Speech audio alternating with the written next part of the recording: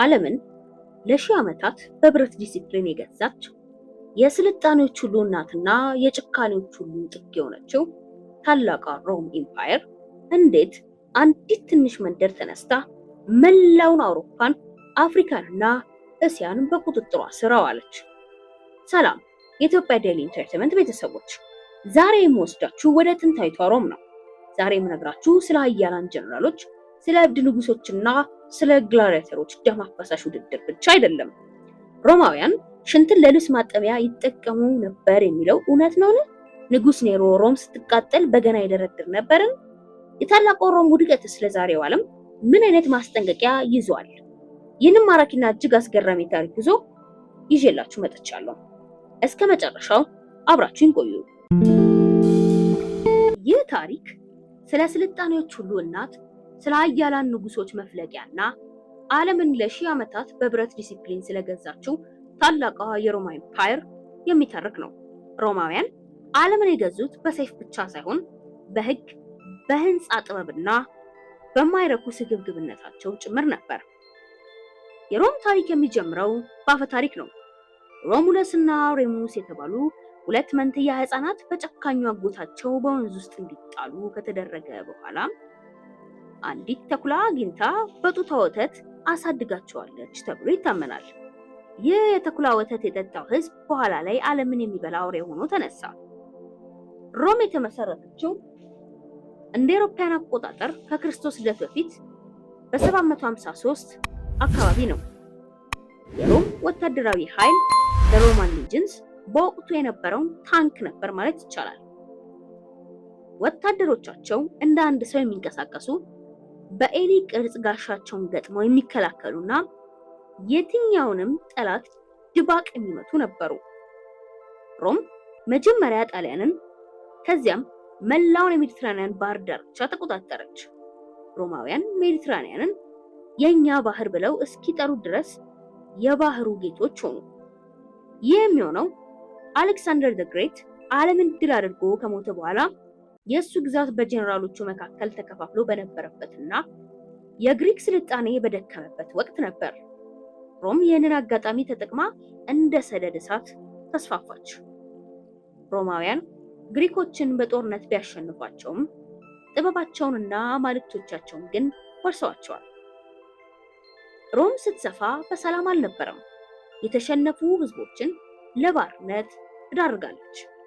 ካርቴጅ የተባለችውን ታላቅ ከተማ ድል ካደረጉ በኋላ ህዝቡን በሙሉ ገድለውና ለባርነት ሽጠው መሬቱ ላይ ምንም አይነት ሰብል እንዳይበቅል ጨው ዘርተውበታል።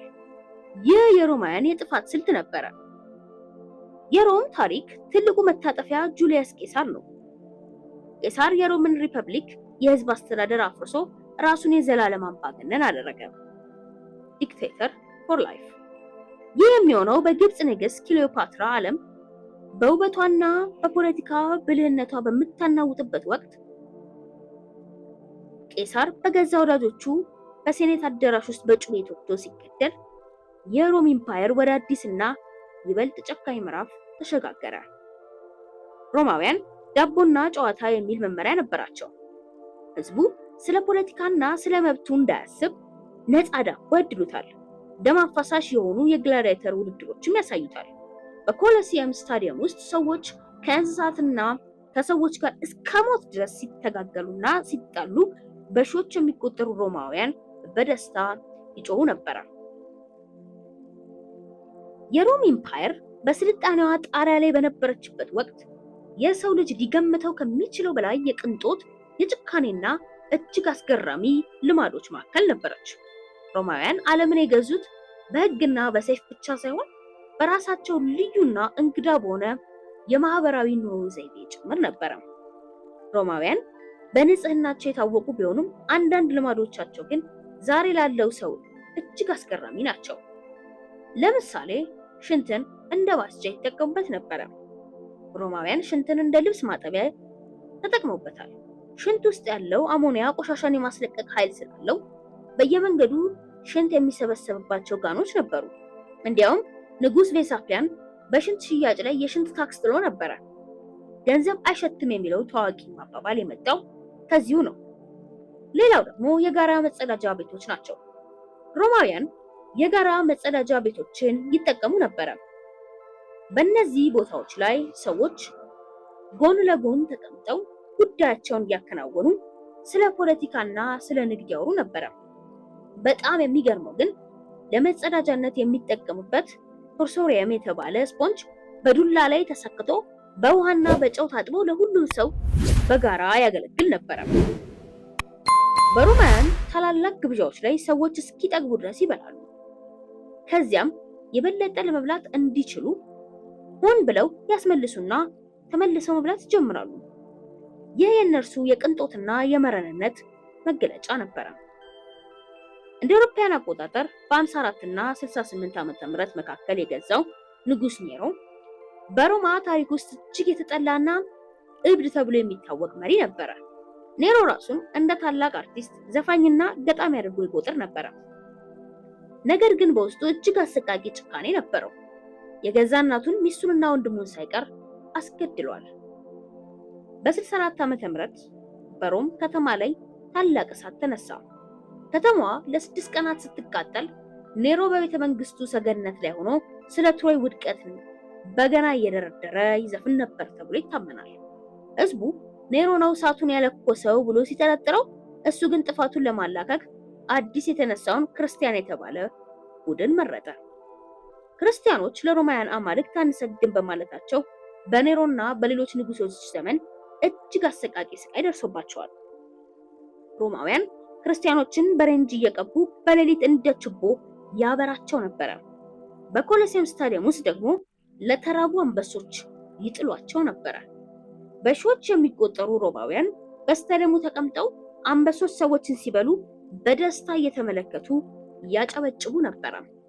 ይህ የሚሆነው በአይሁድ ምድር ኢየሩሳሌም በሮማውያን ወታደሮች በ70 ዓመተ ምህረት በፈረሰችበትና አይሁዳውያን ለስደት በተዳረጉበት ወቅት ነበር።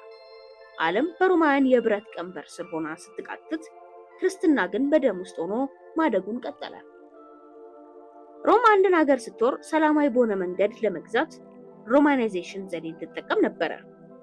ለተገዙ ህዝቦች ዜግነት ትሰጣለች፣ መንገዶችን ትሰራለች፣ የውሃ ማስተላለፊያዎችን ትገነባለች። ሁሉም መንገድ ወደ ሮም ይወስዳል የተባለውም ለዚህ ነው። ሮማውያን የገነቧቸው መንገዶች ዛሬም ድረስ በአውሮፓና በመካከለኛው ምስራቅ ለብዙ ሺህ ኪሎ ሜትሮች ይዘልቃሉ። ሮም ዓለምን የገዛችው በጥፋት ብቻ ሳይሆን በስርዓትና በግንባታም ጭምር ነበረ። የሮማ ኢምፓየር ስፋቷና ግርማዋ ለዘላለም የሚኖር ይመስል ነበር። ነገር ግን ማንኛውም ታላቅ ስልጣኔ ውስጥ መበስበስና በውጭ ግፊት መውደቅ አይቀሬ ነው። የሮም ውድቀት በአንድ ጀንበር የመጣ ሳይሆን ለዘመናት የቆየ ረዥምና አሰቃቂ ሂደት ነበር። በሶስተኛው ክፍለ ዘመን ሮም እጅግ ሰፊ ከመሆኑ የተነሳ በአንድ ንጉስ ለመመራት አዳጋች ሆነች። በ395 ኤዲ ግዛቱ በይፋ ለሁለት ተከፈለ። የምዕራብ ሮማ ኢምፓየር መዲናዋ ሮም እና የምስራቅ ሮማ ኢምፓየር ቤዛንታይን መዲናዋ ደግሞ ኮንስታንቲኖፕል። ይህ ክፍፍል ለሮም መዳከም ትልቅ ምክንያት ሆነ። የምዕራቡ ክፍል በኢኮኖሚ ሲደቅና በሙስና ሲታመስ፣ ምስራቁ ግን በንግድና በሀብት እየበለጸገ ሄደ። ሮም ቀስ በቀስ የዓለም ማዕከልነቷን እያጣች መጣች። በአራተኛውና አምስተኛው ክፍለ ዘመን አውሮፓ በታላቅ የህዝብ ፍልሰት ወረራ ተናወጠች። ጀርመናውያን ጎሳዎች፣ ቪሲጎቶች፣ ቫንዳሎችና ፍራንኮች ወደ ሮም ድንበር ይገቡ ጀመረ። ከሁሉም በላይ ግን የፈጣሪ ቅጣት ተብሎ የሚጠራው አቲላ ዘሁን በፈረሰኞቹ ታጅቦ አውሮፓን በደም አጠበ። አቲላ ሮምን በቀጥታ ባይቆጣጠራትም ግዛቷን በማዳከም ለሌሎች ወራሪዎች በር ከፈተ። ይህ የሚሆነው በታሪክ የጨለማው ዘመን ዋዜማ ላይ የጥንቱ ዓለም ስልጣኔ በጦርነትና በረሃብ በሚታመስበት ወቅት ነበረ። እንደ አውሮፓውያን አቆጣጠር በ476 ኤዲ ኦዶ አስር የተባለ የጀርመን ጎሳ መሪ የመጨረሻውን የምዕራብ ሮም ንጉስ ሮሙለስ አውግስጦስን ከስልጣን አወረደው። ይህ ክስተት የታላቋ ሮም ይፋዊ ሞት ተደርጎ ይወሰዳል። ሮም ለሺህ ዓመታት ዓለምን ካንቀጠቀጠች በኋላ በራሷ ቅጥ ያጣ ስፋትና በውስጥ ድክመት ምክንያት ወደ ፍርስራሽነት ተቀየረች። ሮም ለምን ወደቀች የሚለው ጥያቄ ለዛሬው ዓለም ትልቅ ትምህርት አለው። ከልክ ያለፈ ግብርና የገንዘብ ዋጋ መቀነስ ህዝቡን አስመረረው። ሮማውያን ራሳቸውን መዋጋት አቁመው የውጭ ሀገር ወታደሮችን መቅጠር ጀመሩ። እነዚህ መርሰናሪስ ደግሞ ለሮም ታማኝነት አልነበራቸውም። ንጉሶች በቅንጦትና በሴሰኝነት ሲጠመዱ የሀገር አስተዳደሩን ዘነጉት። ሮም ብትወድቅም ቋንቋዋ፣ ሕጓና የህንፃ ጥበቧ ግን ዛሬም ድረስ በዓለም ላይ በሕያውነት ይገኛል። የምዕራባውያን ስልጣኔ በሙሉ በሮም ፍርስራሽ ላይ የተገነባ ነው። የሮማ ኤምፓየር መውደቅ ለዛሬዎቹ ሀያላን መንግስታት ትምህርት የሚሆን ይመስላችኋል? ሮማውያንስ ካመጡት ስልጣኔና ከፈጸሙት ጭካኔ የትኛው ይበልጣል? የእናንተስ ግምት ምንድን ነው? በኮሜንት መስጫው ላይ ጻፉልን። ይህ በታሪክና በምስጢር የተሞላ ቪዲዮ ለሌሎችም እንዲደርስ ላይክ እና ሼር ማድረጋችሁ እንዳትረሱ። እንዲህ ያለ ጥልቅ የታሪክ ዳሰሳዎች ለማግኘት ደግሞ ሰብስክራይብ በማድረግ የኢትዮጵያ ዴይሊ ቤተሰብ ይሁኑ። ሮም ብትወድቅም ጥበቧ፣ ሕጓና የታሪክ ጠባሳዋ ግን ዛሬም ድረስ አብሮን አለ። ሮም በአንድ ቀን አልተገነባችም እንደሚባለው ሁሉ ውድቀቷም በአንድ ቀን የመጣ ሳይሆን በውስጥ መበስበስና በሙስና የተከናወነ ውጤት ነበር። ማንኛውም ታላቅ ስልጣኔ ከታሪክ ካልተማረ ፍጻሜው ፍርስራሽ መሆኑን ከሮም መማር እንችላለን። የዛሬው ዝግጅታችን ይህን ይመስል ነበር። እናንተም ከታሪክ የተማራችሁ ለነገ የምትዘጋጁ ይሁኑ እያልን በሚቀጥለው ፕሮግራማችን እስክንገናኝ ድረስ ሰላም።